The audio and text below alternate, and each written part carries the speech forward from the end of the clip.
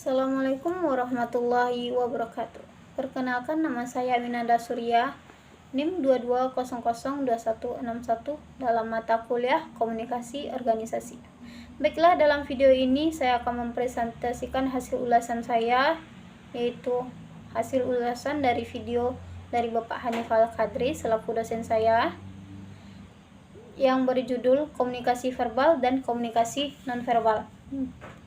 Selanjutnya, komunikasi adalah proses penyampaian informasi antara komunikator yang akan menyampaikan informasi dengan komunikan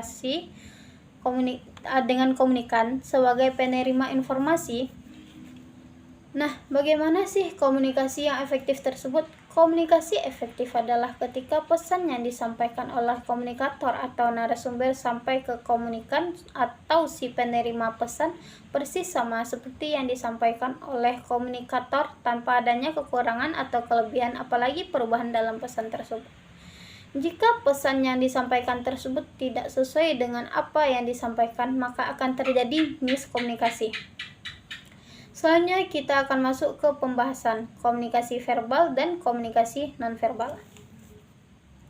Pengertian komunikasi verbal secara bahasa adalah memiliki kata dasar verb, artinya kata. Jadi komunikasi atau penyampaian pesan dengan menggunakan kata-kata rangkaian bahasa di dalam satu pola yang memiliki arti atau makna tertulis maupun lisan.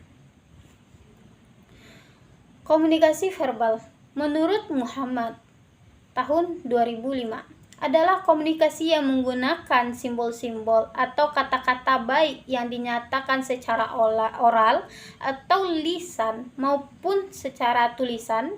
Lanjut ke pengertian komunikasi nonverbal.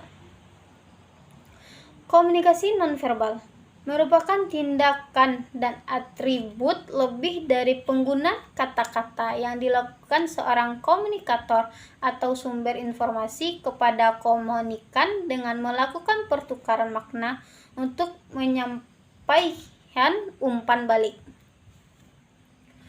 Komunikasi nonverbal menurut Atep Adhia Barata.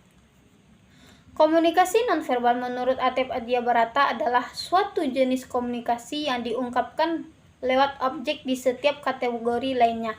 The object language, komunikasi yang menggunakan gerak gestur sebagai sinyal, sign language, serta komunikasi melalui tindakan atau gerakan tubuh manusia, action language. Pengertian Atep ini lebih sebenarnya secara tidak langsung menunjukkan kategori-kategori atau jenis-jenis dari komunikasi nonverbal seperti gestur, aksi, objek, dan lain sebagainya. Selanjutnya, kita masuk ke unsur penting dari bahasa verbal, yaitu ada dua, yaitu bahasa dan kata. Jadi, dalam komunikasi, penggunaan komunikasi verbal dan komunikasi nonverbal saling melengkapi supaya komunikasi yang kita lakukan menjadi efektif. Nah, di dalam yang bahasa tadi adalah sistem lambang yang memungkinkan manusia saling berbagi makna. Bahasa yang digunakan dalam komunikasi verbal bisa berbentuk lisan dan tulisan. Kata adalah inti lambang terkecil dari bahasa.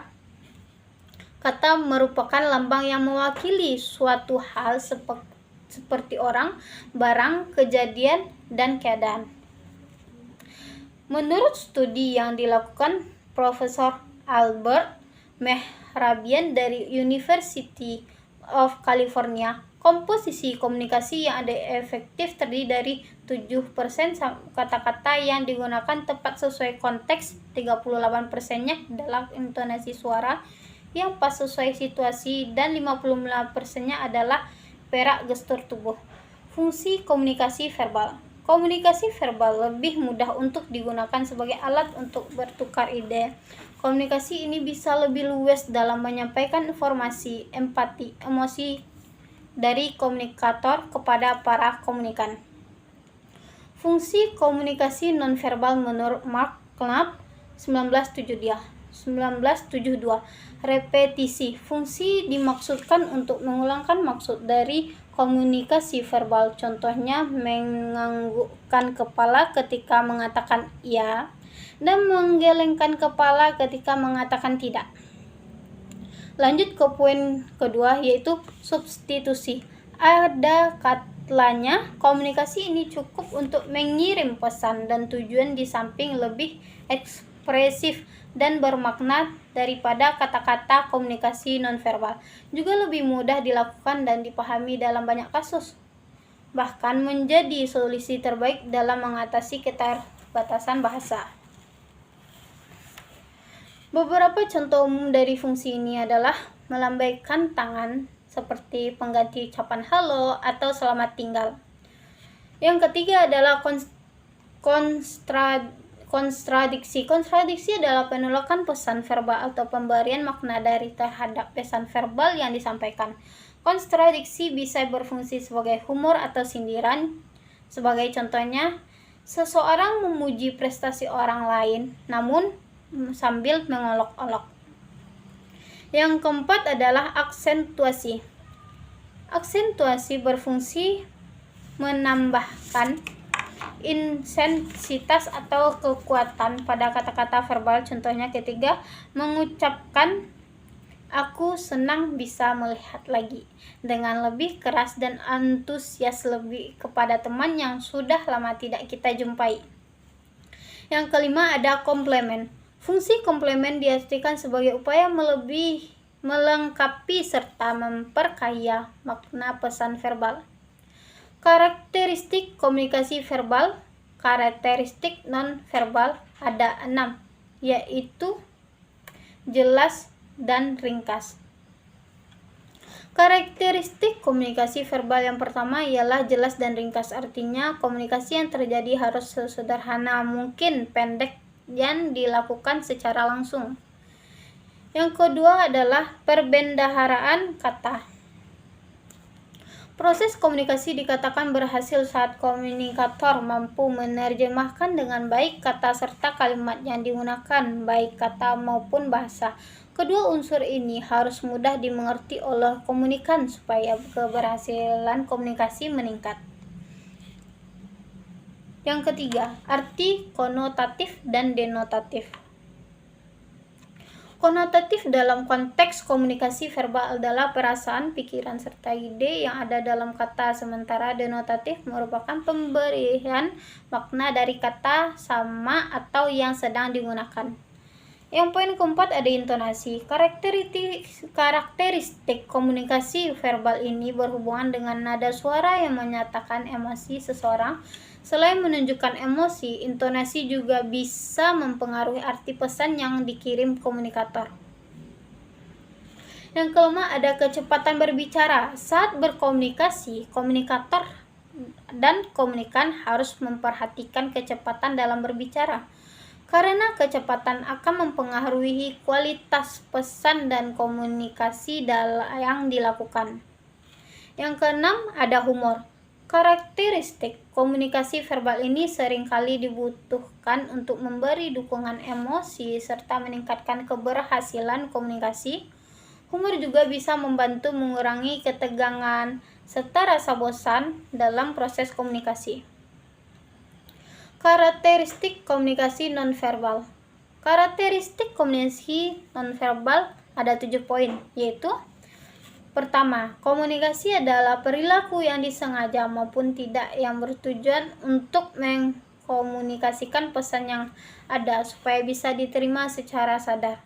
Misalnya, menguap saat mendengarkan orang berbicara bisa dimaknai mengantuk atau rasa bosan.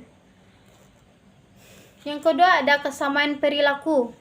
Karakteristik komunikasi nonverbal ini berarti ada kesamaan perilaku antara satu orang dengan yang lainnya.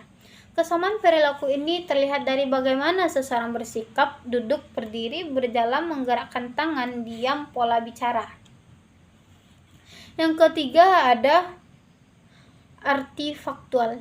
Komunikasi nonverbal bisa dalam bentuk artefak, benda atau barang yang digunakan seseorang. Contohnya cara berpakaian, tata rias, kendaraan yang digunakan, rumah serta perabotnya, dan barang-barang yang digunakan. Yang keempat ada kontekstual. Karakteristik komunikasi nonverbal ini merupakan bahwa bahasa nonverbal yang digunakan manusia untuk komunikasi terjadi dalam suatu konteks yang membantu penentuan makna. Contohnya, menangis saat memenangkan lomba tentunya berbeda dengan menangis saat berduka cita. Nah, yang kelima ada komunikasi. Nonverbal merupakan sebuah paket, dikatakan paket nonverbal jika semua bagian bekerja sama untuk mengkomunikasikan makna tertentu. Proses pemakaian ini harus dilihat secara keseluruhan dari perilaku yang diperlihatkan. Contohnya, gabungan paket verbal gabungan paket dan paket nonverbal ketika seseorang marah, yakni membentak, yaitu dalam konteks verbal, dan menunjukkan wajah tegang, mengerutkan dahi, disertai gerakan memukul meja, yaitu nonverbal. Yang keenam, dapat dipercaya. Perilaku nonverbal bisa dipercaya bila komunikasi verbal dan nonverbalnya bersifat konsisten. Jika tidak konsisten, tentunya perilaku nonverbal akan mudah diketahui orang lain. Misalnya, perilaku nonverbal tidak konsisten, seseorang pembohong akan menunjukkan gerakan yang tidak disadari saat ia berkomunikasi dengan orang lain. Contoh lain perilaku nonverbal konsisten saat seseorang mengatakan bahwa ia bahagia ketika bertemu dengan lawan bicaranya, ia akan berjabat tangan, tersenyum, bahkan memeluknya. Yang ketujuh, dikendalikan oleh aturan. Karakteristik komunikasi nonverbal ini berarti perilaku nonverbal dipelajari sesuai norma yang berlaku. Contohnya, mempelajari sikap membungkuk saat berjalan di depan orang lebih tua, serta menggunakan pakaian pantas sesuai konteks situasi. Kelebihan komunikasi verbal. Yang pertama ada komunikasi dapat disampaikan melalui tulisan maupun lisan. Yang kedua, komunikasi verbal dapat digunakan untuk membahas kejadian masa lalu, ide, atau abstraksi. Yang ketiga ada komunikasi. Menggunakan kata-kata akan lebih mudah dikendalikan daripada dengan menggunakan bahasa isyarat, gerakan tubuh, atau ekspresi wajah. Nah, selanjutnya kelebihan komunikasi nonverbal. Dapat memberikan informasi tambahan yang memperjelas maksud dan makna pesan. Pesan nonverbal tidak harus berpikir panjang dan para audiens dapat menangkap artikannya dengan cepat. Nah, kurang dan lalainya mohon dimaafkan. Sekian video dari saya. Wassalamualaikum warahmatullahi wabarakatuh.